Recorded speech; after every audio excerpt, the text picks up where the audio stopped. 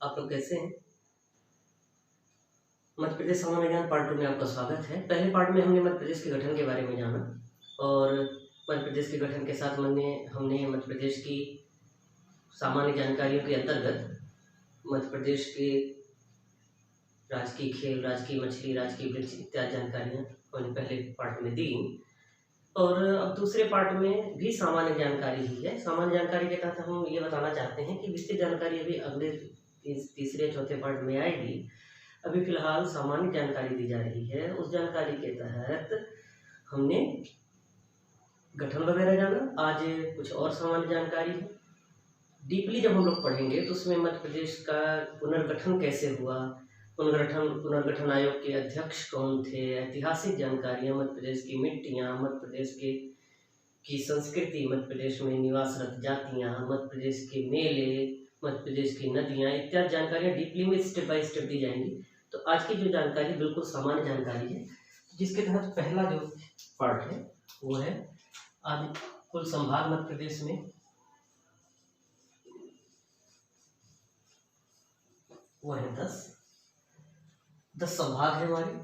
2 ऐसे संभाग हैं जिनका मुख्यालय खुद का नहीं है, उनमें से कोई जिला मुख्यालय है, जैसे कि हमारा चंबल संभाग है। चंबल संभाग में जो मुख्यालय चंबल संभाग का है वो है मुरैना और नर्मदापुरम संभाग का जो मुख्यालय है वो है होशंगाबाद। बाकी रीवा संभाग का मुख्यालय रीवा, जबलपुर संभाग का मुख्यालय जबलपुर, ग्वालियर संभाग का मुख्यालय ग्वालियर। लेकिन 2 ऐसे संभाग हैं जिनका खुद का मुख्यालय नहीं है और वह है चंबल का मुख्यालय मुरैना और नर्मदापुरम का मुख्यालय होशंगाबाद। कुल जिले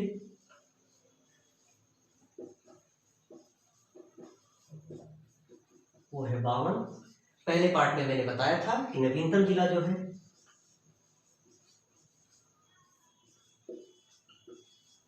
वो है निवाड़ी और ये मध्य प्रदेश का क्षेत्रफल की दृष्टि से सबसे छोटा जिला हो गया है। मध्य प्रदेश का सबसे छोटा जिला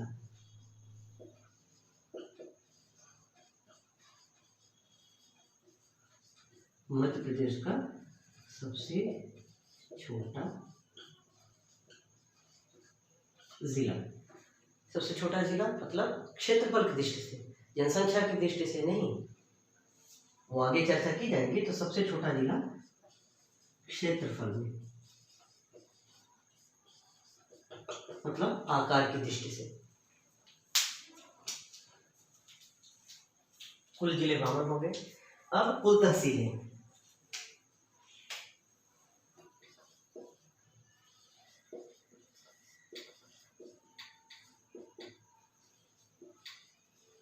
424। देखिए, तहसीलों के संबंध में हम ये बताना चाहते हैं कि आंकड़े हमेशा बदलते रहते हैं। उसका कारण है कि मुख्यमंत्री लोगों का जब दौरा होता है या स्थानीय लोगों की मांग के अनुसार चुनाव के समय पर भी मुख्यमंत्री लोग घोषणा कर देते हैं कि ये तहसील बनाई जाएगी, फिर उसकी प्रक्रिया होती है। तो एग्जैक्ट जो जानकारी, कई किताबों में 420 है, कई में 392 भी दे रहा है, कई में 416 है। तो एग्जैक्ट जो जानकारी है वो है mpinfo.org में, जो कि मध्य प्रदेश शासन का है। आप उस पर विजिट कर सकते हैं और मध्य प्रदेश शासन से संबंधित संपूर्ण जानकारी उसमें आप पा सकते हो, उनकी चाहे योजनाएं हो चाहे अन्य कोई बात हो। तो mpinfo.org पर आप इसको देख सकते हैं। तो तहसीलें जो हैं वो है 424 और विकासखंड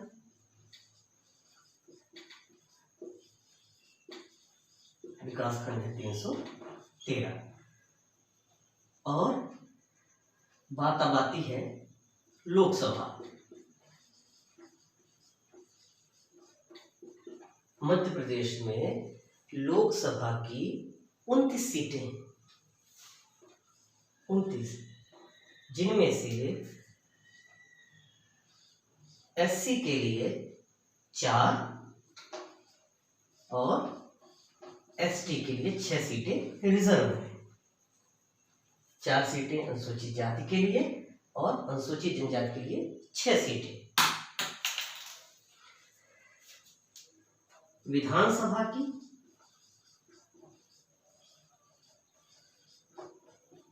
230 सीटों में SC के लिए 35 SC के लिए 35 सीटें और ST के लिए 47 सीटें। ये रिजर्व है। कभी कभी प्रश्न आता है कि मध्य प्रदेश में विधानसभा में अनुसूचित जनजाति के लिए कितने सीटों का प्रावधान किया गया है। तो अनुसूचित जनजाति के लिए 47 सीटों का प्रावधान किया गया है और अनुसूचित जाति के लिए 35 सीटों का। और लोकसभा में 29 सीटें हैं, जिनमें SC के लिए 4 सीटें और ST के लिए 6 सीटों का प्रावधान किया गया है।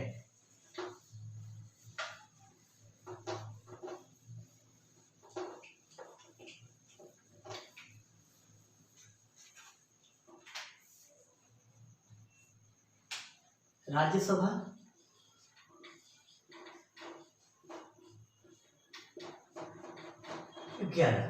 अब बात आती है राज्यसभा सीटों में आरक्षण का प्रावधान नहीं होता।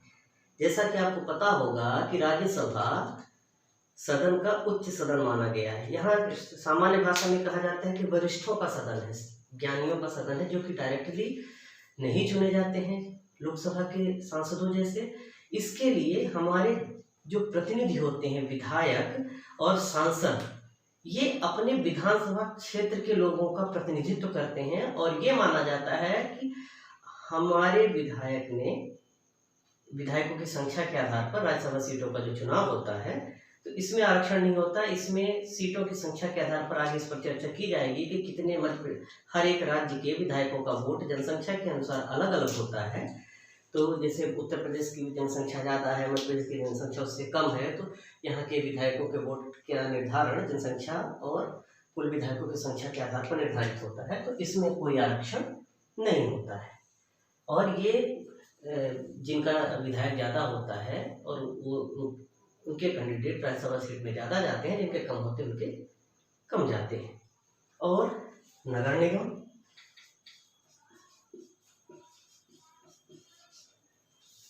है 16, नवीनतम जो आंकड़े हैं 16 हैं। और जिला पंचायत, क्योंकि आपको पता है कि जब जिला 52 है तो जिला पंचायत भी कितने होंगे, 52। तो ये थी एक बिल्कुल सामान्य सी जानकारी। अब बात आती है कि मध्य प्रदेश के से कितने राज्य उनकी सीमा को टच करते हैं। तो वो मैंने पहले ही बताया था कि उत्तर प्रदेश, छत्तीसगढ़, महाराष्ट्र, गुजरात और राजस्थान। तो मैंने बताया था कि सबसे अधिक सीमा जो है वो उत्तर प्रदेश से मिलती है और सबसे कम जो सीमा है वो गुजरात से मिलती है। तो अब इसकी चर्चा कर ली जाए। तो उत्तर प्रदेश से मध्य प्रदेश के 13 जिले मिलते हैं।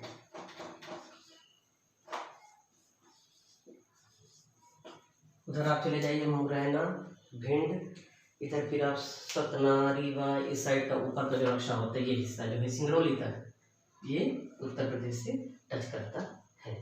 फिर राजस्थान,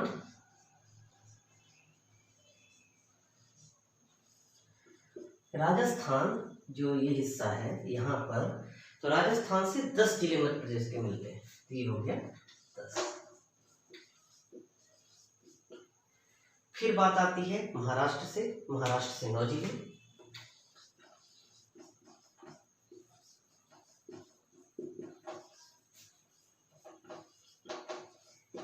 फिर बात आती है छत्तीसगढ़ से 6 जिले। फिर आती है गुजरात, सबसे कम, गुजरात से 2 जिले, 13 जिले। मध्य प्रदेश के ध्यान रखना है कि मध्य प्रदेश के 13 जिले उत्तर प्रदेश की सीमा से मिलते हैं। राजस्थान से 10 जिले, महाराष्ट्र से 9 जिले, छत्तीसगढ़ से 6 जिले और गुजरात से 2 जिले। तो ये हो गई ये जानकारी।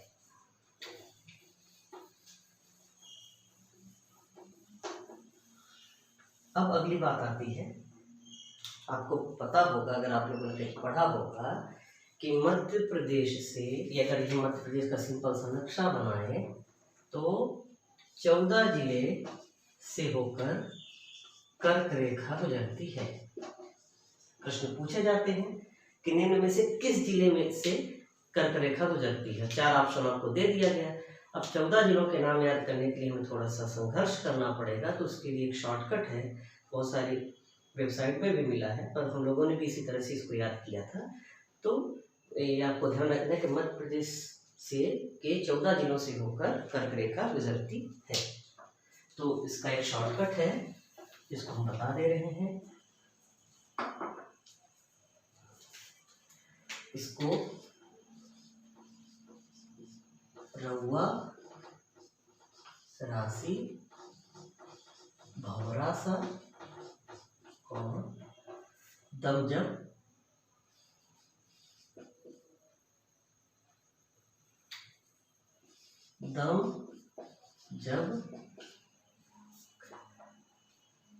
कटनी उमराशा। अगर आपने इसको याद कर लिया है, रउआ राशि भवरासा दमजम कटनी उमराशा, इससे हम क्या करेंगे कि हर एक जिले का जो नाम आ रहा है वो आ जाएगा। तो जैसे सबसे पहले रा से हो गया यहाँ से रतलाम, इसी में से उ से हो गया उज्जैन,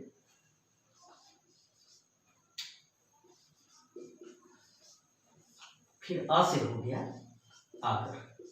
आपको मैं बताना चाहूंगा कि शाजापुर से ही अलग होकर आगर मालवा जिला बना है। तो पहले शाजापुर से होकर गुजरती थी, लेकिन जब शाजापुर का विभाजन हुआ तो वो आगर के अंतर्गत आ गया। फिर अगला आया इससे राजगढ़,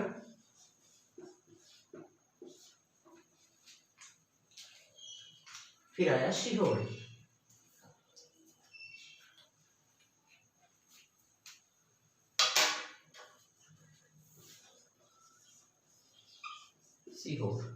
फिर भवरा, भवरा से भा से हो गया भोपाल,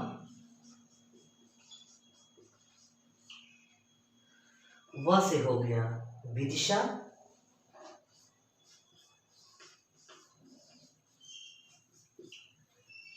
और रा से हो गया रायसेन।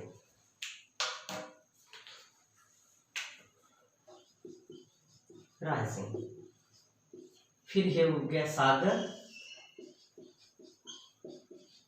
फिर द से हो गया दमोह,